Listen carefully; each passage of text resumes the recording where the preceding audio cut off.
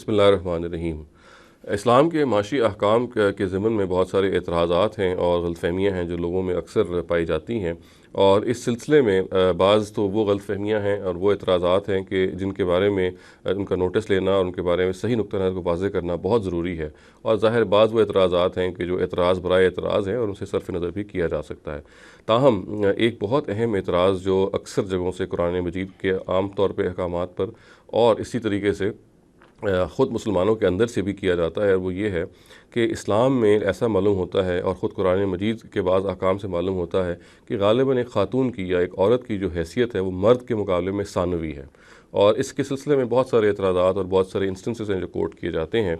कानून मीरास की हद तक भी बहुत सारी इस तरह की चीज़ें हैं जो कोट की जाती हैं। मैं अपनी बाज़ टॉक्स में इनको कल क्लैरिफाई भी कर चुका हूँ। उसी कबील और उसी किस्म का एक एतराज़ ये भी है कि कुरान मजीद के ने एक मौके पर ये कहा और एक मौके पर जब डिस्क्राइब किया और उस डिस्क्रिप्शन में जब इनहेरिटेंस की बात आई, जब कानून मीरास से मुतल्लिक़ गुफ्तगू हुई तो कुरान मजीद ने एक मौके पर ये कहा एक ख़ास केस में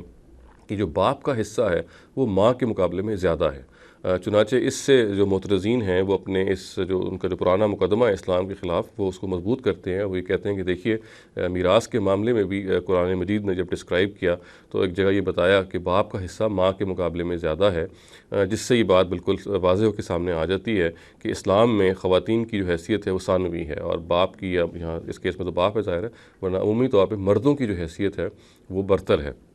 तो देखिए इस बात को भी समझ लेना चाहिए। ये जो एतराज़ है इसकी अगर कोई बुनियाद है तो उसको ख़ुद हमें देखना चाहिए कि कुरान मजीद में उससे क्या हल है जो हमें मिलता है या क्या सही सूरत हाल है जो वाज़ेह होती है।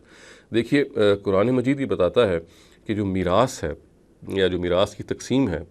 ये बुनियादी तौर पे एक ख़ास वजह पर बेस्ड है और वो वजह ये है कि जो वारिस हैं उनका वो क्या नफ़ा है जो उस शख्स को पहुंचता है जो मरने वाला है, जिसकी बुनियाद पर उनको उन पर मीरास दी जाएगी। दूसरे लफ्ज़ों में आप ये कह सकते हैं कि एक शख्स की मनफ़त है, यानी उसका जो बेनिफिट है जो ये तय करता है कि उसका क्या शेयर है मीरास में उस वारिस उस मूरस के हवाले से। गोया कि एक शख्स का मिसाल के तौर पर वो बेटा है या बेटी है या माँ है या बाप है, बीवी है, शौहर है, तो मरने वाले के हवाले से उसका वो क्या मनफ़त है या क्या बेनिफिट है जो उस मरने वाले को पहुँचता है। तो कुरान मजीद ये कहता है कि आबाउकुम व अबनाउकुम ला तदरूना अय्युहुम अक़रबु लकुम नफ़ा, यानी ये बात तो बिल्कुल वाज़ेह है कि नफ़ा है या बेनिफिट है जिसकी बुनियाद पर ये शेयर्स तय किए जाएंगे।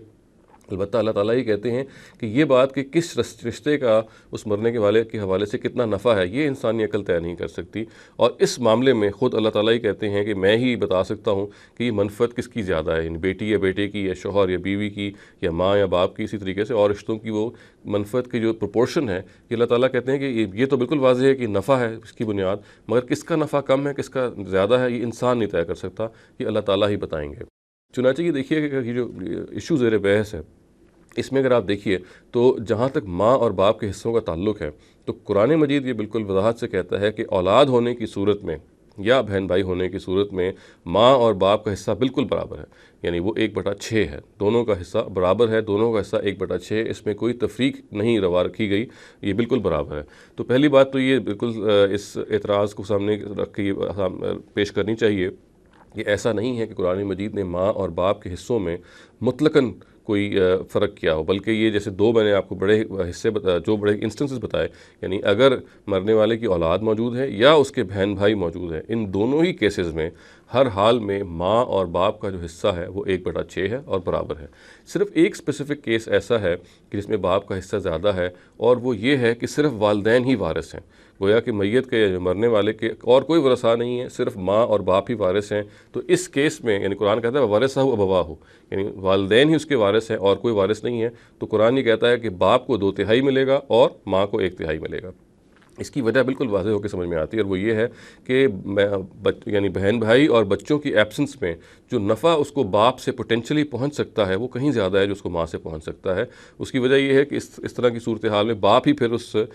शख्स की ज़िम्मेदारी उठाने के बारे में अगर ज़रूरत पड़े तो वही सामने आता है, वही मैदान में आता है और चुनाचे इसी वजह से, इसी ख़ास वजह से बाप का हिस्सा जो है वो ज़्यादा रखा गया है। तो हम खुलासतन ये कह सकते हैं कि ये बात सही नहीं है कि माँ और बाप के हिस्सों में मुतलकन फ़र्क रखा गया है और इसके नतीजे में ये कोई मुकदमा साबित नहीं होता कि इस्लाम के अंदर एक ख़ातून जो है वो कोई कमतर चीज़ है मर्द से, बल्कि जैसा कि मैंने अर्ज़ किया कि आम तौर से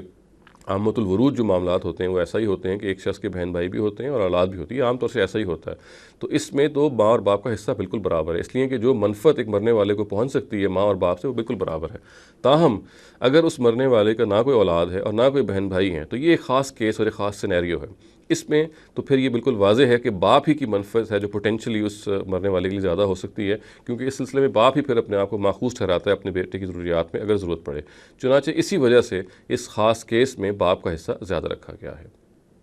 अक़ूलु क़ौली हाज़ा वस्तग़फ़िरुल्लाह ली व लकुम व लिसाइरिल मुस्लिमीना वल मुस्लिमात।